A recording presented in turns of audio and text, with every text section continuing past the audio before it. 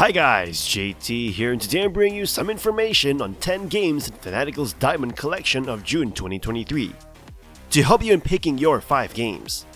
If you find this video helpful, smash that like button and subscribe to the channel. Your support means everything. Anyway, let's get into this. At number 1 we have Shotgun King: The Final Checkmate, a fast-paced chess roguelike game. In the game, you assume the role of the Black King, a tyrannical warmonger who sets out to destroy the White Kingdom after his subjects defect. Armed with a royal shotgun, you navigate the chessboard, blasting other pieces while avoiding checkmate. The gameplay is intuitive, with each piece moving as if it would in regular chess, but with some differences. Every white piece has a speed rating, indicating how many turns they wait before moving, and multiple pieces can move simultaneously. The Black King can use the shotgun to damage nearby or distant pieces, but it can no longer capture pieces by moving onto their square. Managing ammo becomes crucial, as the shotgun can only hold 2 shells at a time, and reloads when you move. By destroying pieces, except pawns and kings, you can claim their souls, allowing you to move like that piece once. The goal of each floor is to eliminate the White King, but you must overcome various defending pieces. Folly shields protect you from unwise moves, but their usage is limited. Completing boards makes subsequent ones more challenging, and between levels, you choose upgrade cards for both yourself and the opposing pieces, adding strategic depth to the game. Despite its minimal graphic and sound, Shotgun King's well-done pixel art and atmospheric music create an engaging experience. Firing the shotgun is satisfying, but it can also lead to preventable checkmates if used carelessly. Overall, Shotgun King provides loads of fun, with each run lasting around 20 to 30 minutes. Additionally, an endless mode offers a continuous chess with firearms experience. The game's simplicity and attention to detail make it a worthwhile indie title, although some upgrade cards can benefit from clearer description. At number 2 we have Roadwarden, a beautifully written text-based RPG set in a mysterious fantasy world. You embark on a journey as a Roadwarden, exploring an unmapped peninsula with your trusty horse. The game combines visual novel elements and RPG mechanics, featuring stunning pixel art and immersive descriptions. Each area you encounter is accompanied by detailed visuals and vivid writing, creating a rich and captivating atmosphere. As you navigate the peninsula, you must manage various factors like time, health, nourishment, and appearance, adding strategic depth to your choices. Discover numerous side quests, ranging from simple tasks to complex challenges, each impacting the world and its inhabitants. The game excels in its secrets and mysteries, prompting hidden interactions through free text entries, leaving you intrigued and eager to uncover the truth. With its deep history and interconnected characters, Roadwarden offers a layered storytelling experience. It rewards careful exploration and attention to detail, making it advisable to keep a notebook handy. The time limit adds to the sense of mystery and replayability, ensuring you won't uncover everything in a single playthrough. Roadwarden is a captivating and beautifully crafted game that provides a unique narrative journey. Its immersive world, thought-provoking choices, and well-written description make it a must-play for fans of text-based RPGs and those who appreciate immersive storytelling. Prepare to embark on an unforgettable journey filled with intrigue and discovery. Dive into its enchanting world and lose yourself in the tale where every decision has consequences and every corner holds secrets waiting to be unveiled. And number 3 we have Vampyr, an action RPG that aims to capture the essence of classic vampire lore. In the game, you play as a doctor named Jonathan Reed, who struggles with a desire to feed on humans and his urge to help them. As an epidemic spreads across the city, you must make difficult choices and balance your primal instincts with your moral compass. To progress and unlock new abilities, you can choose to feed on citizens, but the game encourages you to learn about their lives and cure them before making that decision. Murdering certain characters can have unforeseen consequences, leading to permanent hostility in certain areas and the loss of side quests. Your decisions carry weight and can shape the outcome of the game. While the dialogue tree conversations offer interesting stories, the overall narrative is lacking. The game lacks a central villain, and the main drive is to find a cure for the plague. The combat mechanics resemble a lower quality version of The Witcher, with imprecise controls and frustrating difficulty spikes during boss fights. Despite its flaws, Vampyr offers a compelling atmosphere and well-developed characters. It effectively captures the struggle of fitting into society while battling primal urges. In conclusion, Vampyr provides an engaging adventure for fans of vampire-themed games, but it falls short in certain aspects. It manages to evoke the essence of being a creature of the night, but technical problems hinder the enjoyment. While not exceptional, it offers some blood-sucking fun for those willing to overlook its shortcomings. And number 4 we have Road 96, a narrative game set in the year 1996. Taking place in the fictional country of Petria, it offers a road movie-like experience filled with border crossings, encounters, and a captivating story. The game immerses you in a world without social media, where cassette tapes, politics, and the masses play a central role. As you embark on your journey, you encounter various characters and engage in conversations, while constantly moving towards the border. Each playthrough introduces a new teen protagonist, bringing you back to the starting point geographically, but progressing the narrative. The choices you make in these scenes and encounters shape the outcome of the story, leading up to Election Day. Road 96 combines elements of a roguelike with individual hour-long journeys. Managing your funds and energy becomes essential for a successful border crossing. Along the way, you engage in conversations, interact with the environment, and enjoy minigames. The game's characters are richly characterized, with each encounter revealing new aspects and creating an intriguing opposition between their qualities. Despite its superficial approach to depth, Road 96 captivates with its dazzling characters, interesting storyline, and a sense of Americana. The game presents completion meters and permanent upgrades between runs, adding a game-like aspect to the experience. Ultimately, Road 96 offers a web of information and interactions that mirror how we learn about the world, through unexpected encounters and fragmented pieces that fit together. From start to finish, Road 96 delivers a bounty of possibilities and an intricate narrative web that will leave you engaged and satisfied, with each ending being unique. It's a game with a good heart, reminiscent of a road trip filled with unexpected discoveries and memorable moments. And number 5 we have Dishonored 2, an action stealth assassin game. The game is a sequel to the critically acclaimed Dishonored. Set 15 years after the events of the first game, the story follows either Empress Emily Kaldwin or her father Corvo Attano, as they seek to reclaim the throne after Emily is deposed by a coup. The game offers a choice between stealth and combat, with players able to use various magical abilities granted by the mysterious outsider. These powers, along with a wide range of weapons and tools, provide multiple approaches to tackling missions and eliminating targets. The gameplay is centered around choice and consequence, allowing players to shape their experience through their actions. Dishonored 2 excels in creating immersive and detailed game worlds. The environments, particularly the city of Karnaca, are visually stunning and filled with verticality, offering a sense of scale and exploration.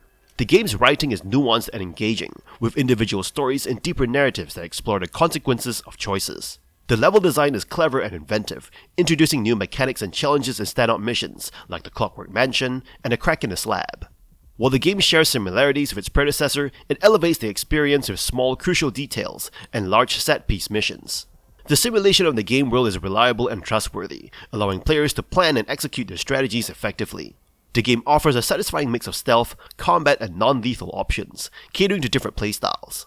Overall, Dishonored 2 is a brilliant, immersive sim that builds upon the legacy of games like Thief and Deus Ex. It offers a rich and immersive experience filled with choice, consequence, and creative possibilities. And number 6 we have Elderand, a Metroidvania game.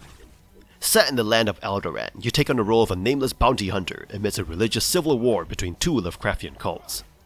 While lacking originality, the game offers enjoyable moments.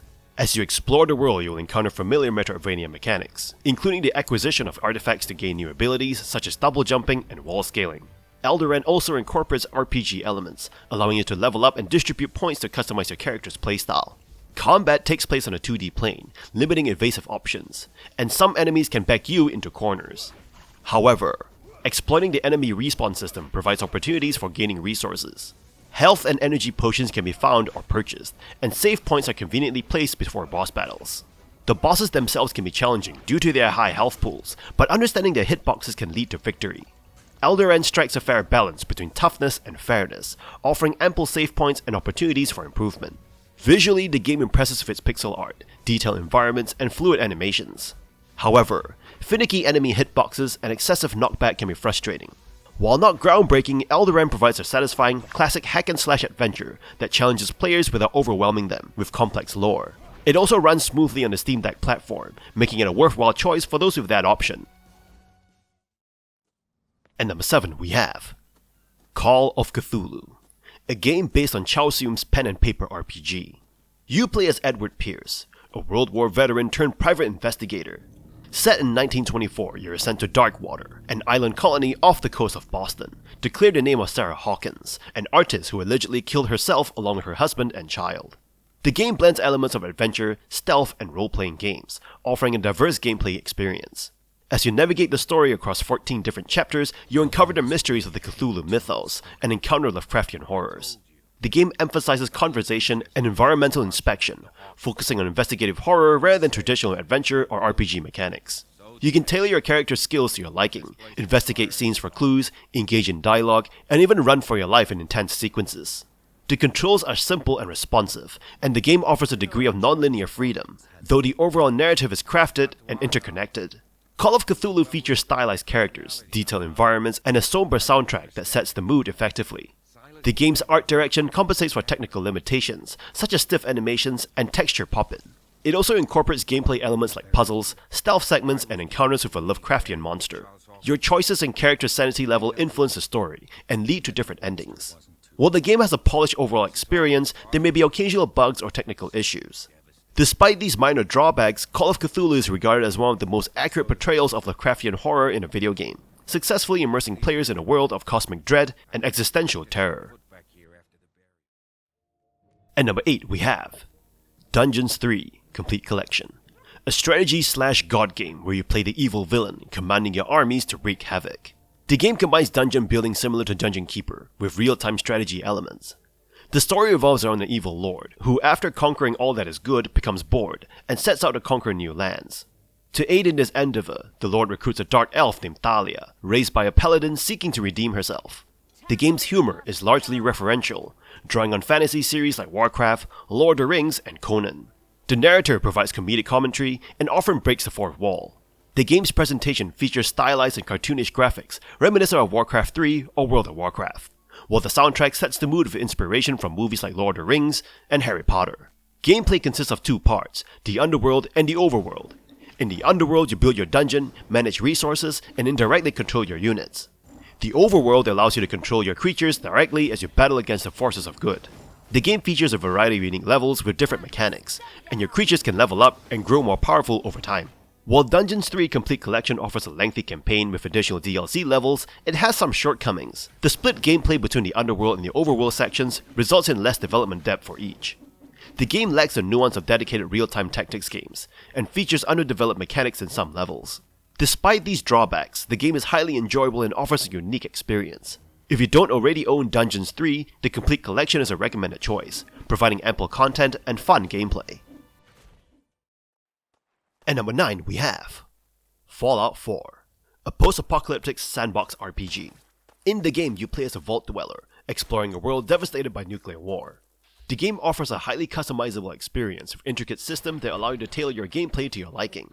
The main storyline revolves around your character's search for their kidnapped son in the Commonwealth, a condensed version of Massachusetts. The story is considered one of Bethesda's best, tying in closely with side plots and factions. However, the ending is abrupt and can leave players feeling unsatisfied. Fallout 4 features a large and detailed world set in Boston, offering a mix of familiar locations and new areas. The graphics, while improved from previous Bethesda games, still shows the limitations of the aging creation engine. The game's atmosphere strikes a balance between brutality and lightheartedness, with a sense of discovery and mystery driving exploration.